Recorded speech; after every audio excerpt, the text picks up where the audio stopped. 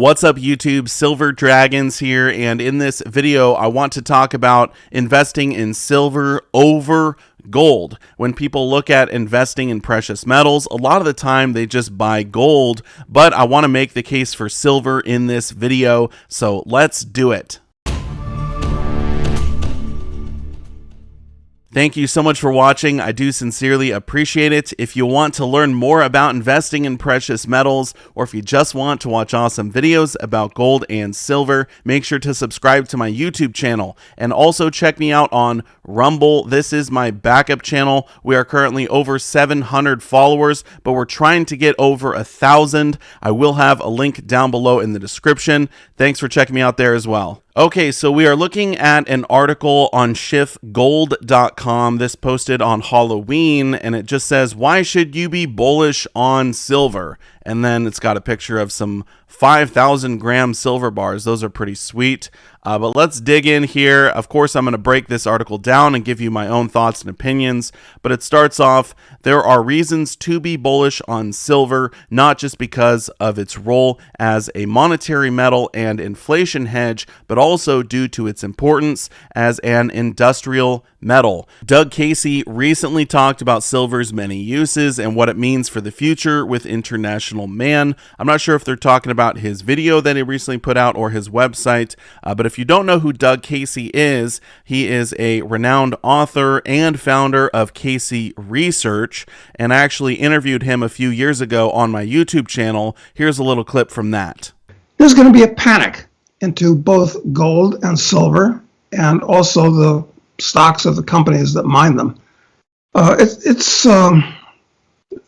Listen, we're in for really stormy weather, so buckle up. I really enjoyed talking with Doug. He's very insightful. Hopefully we can get him on again in the future. But if we continue with the article, this next part says, the first question posted to Casey was what makes silver useful and valuable. Casey said, in the first place, silver has historically been money. Throughout history, three metals have been used as money: gold, silver, and copper. All share the 5 qualities of good money: durability, divisibility, portability, consistency, and intrinsic value, but in different proportions. All 3 metals can be bought for the same reasons as well. Each is a long-term store of value, a medium of exchange, and an interesting speculation, at least periodically. Gold has always been and probably always will be used primarily as money. Copper will probably remain an industrial metal. Silver falls neatly in between them both in price, the way it's used, and where it fits into your investment portfolio. It can be viewed both as a way to save like gold and a way to speculate like copper.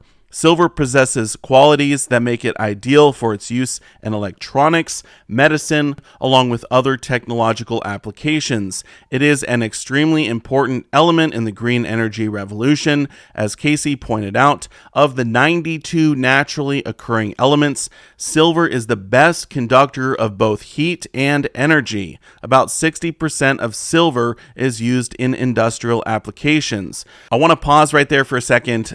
Silver is actually the most reflective of all metals as well, which is why it was used in mirrors for a long time. And he did mention that it was used in medicine. Silver is used for burn victims. They put silver nitrate directly on burns, and this helps with not growing bacteria on the wound. It's naturally antimicrobial, so it's a great thing to use for burns. Silver can also be used to fight infections and things like that in the form of colloidal silver. It's not very popular in the USA, but it is popular in other countries. So if you have an infection and most antibiotics don't work on you because perhaps you've already taken a lot of antibiotics in the past, then colloidal silver is an option. Also, people, if they have pink eye, they'll put it in their eyes to help with that. So there's a lot of medicinal uses for silver, but most of the silver that's used for industry is used in electronics.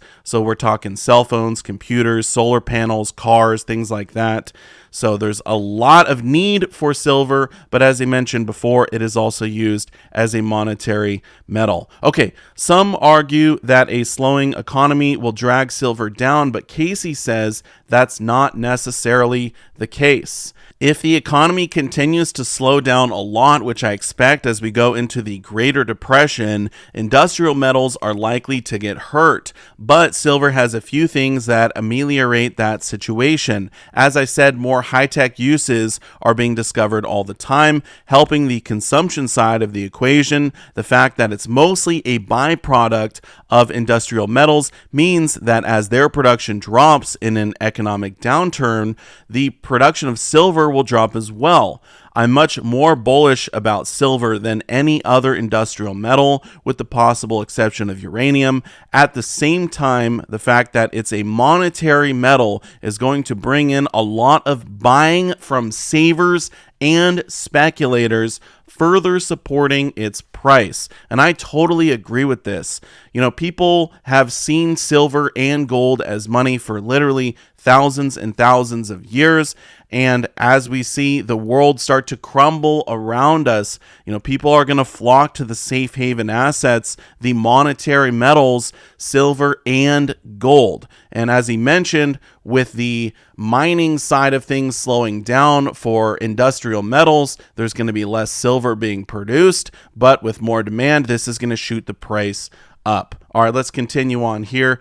Casey alluded to the fact that there are very few standalone silver mines. Most silver production is a byproduct of the mining of other metals. This means that economic slowdowns will likely impact the supply side as much as demand. And this is so true. I mean, silver mines are basically non-existent. There are a few in Mexico and other parts of the world, but most of the time people are mining for things like copper or zinc or gold, and they're getting silver along with these other metals. So if they're not needing to mine for zinc or lead or copper or whatever else, then they're not going to be getting the silver as well.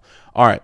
Global silver production totals about 800 million ounces annually. That compares to about 80 million ounces of gold. And these are total rough numbers here. But as Casey points out, there are no substantial silver inventories in the world.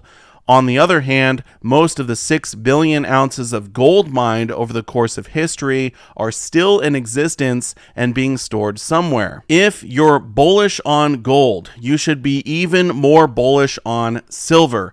Silver typically outperforms gold in a gold bull market. And the silver-gold ratio indicates that silver is significantly underpriced when compared to gold. Historically, when the spread gets this wide, silver doesn't just outperform gold, it goes on a massive run in a short period of time. Since January 2000, this has happened 4 times. As this chart shows, the snapback is swift and strong. So this is going to be the gold-silver ratio over the last, 50 years. I mean, this goes really far back. Look, all the way to the 70s. So basically, the thing to note in this chart is that whenever we see the gold-silver ratio go above 80, we're destined to see a correction in the near future. So we see it move up and then snap back down time and time again. Basically, right now, the gold-silver ratio is fairly high, and we're probably going to see it snap back down in the near future, which means that likely gold and silver are both going to go up in price, but silver is going to go up in price faster because it's so undervalued as compared to gold. So if you want to pick silver or gold to invest in, you should probably pick the one that's going to do better in a short period of time. And then if you want, you could take that silver, which has outperformed gold, and then convert it to gold for long-term holdings. So right now at this point in time, it looks like silver is absolutely the best purchase of the two. Casey was asked why silver tends to outperform gold during gold bull runs. Although about 80 million ounces of gold are produced every year, new production of gold is really unimportant to its price. That's because all the gold that's ever been mined, the 6 billion ounces that I mentioned before, is still above ground. What influences its price is the desire of people to hold it, not the roughly 1.3% added to its inventory every year. Gold is almost unique in this regard. With silver, however, there's not a huge relative amount of inventory to deal with. I don't have that number, but it's basically about new mine production. Silver inventories are in line with other industrial metals, very different from the days when the US government alone owned 2 billion ounces, not counting the billions more that used to be in US dimes, quarters, halves, and silver dollars. In relative terms, everything about silver is small, and small markets by their nature tend to be more volatile. There's another thing. For many years, silver has developed a lot of fans who see it almost as a religious icon. Maybe they're people that can't afford gold, but silver has always, for some reason, been viewed as almost a magical element by some people, mostly Americans. They're much more fanatical than gold bugs, among which I have to number myself. Now, he's talking about the silver stackers, right?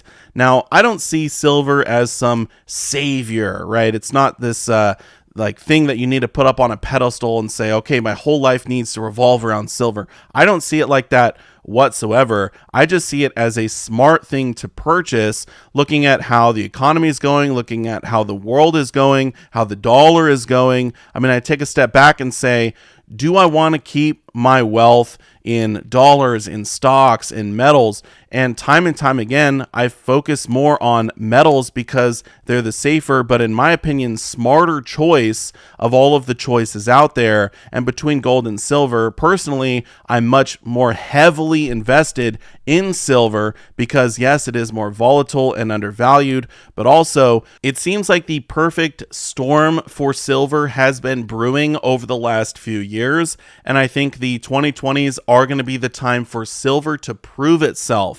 So I'm really excited for what's going to happen to silver in the future. And I mean, I'm looking at this optimistically, but also realistically. Of all the things you could invest in, I feel like silver is probably one of the best. All right, let's finish out the article here. Casey said he is primarily bullish on silver along with other commodities because it is virtually the only sector in the financial markets that hasn't been in a bubble. If we get the kind of precious metals bull market that I'm anticipating, mining stocks, particularly silver stocks, could do phenomenally well. We'll see them move 10 to 1 as a group, with some doing much better. It will have been worth the wait.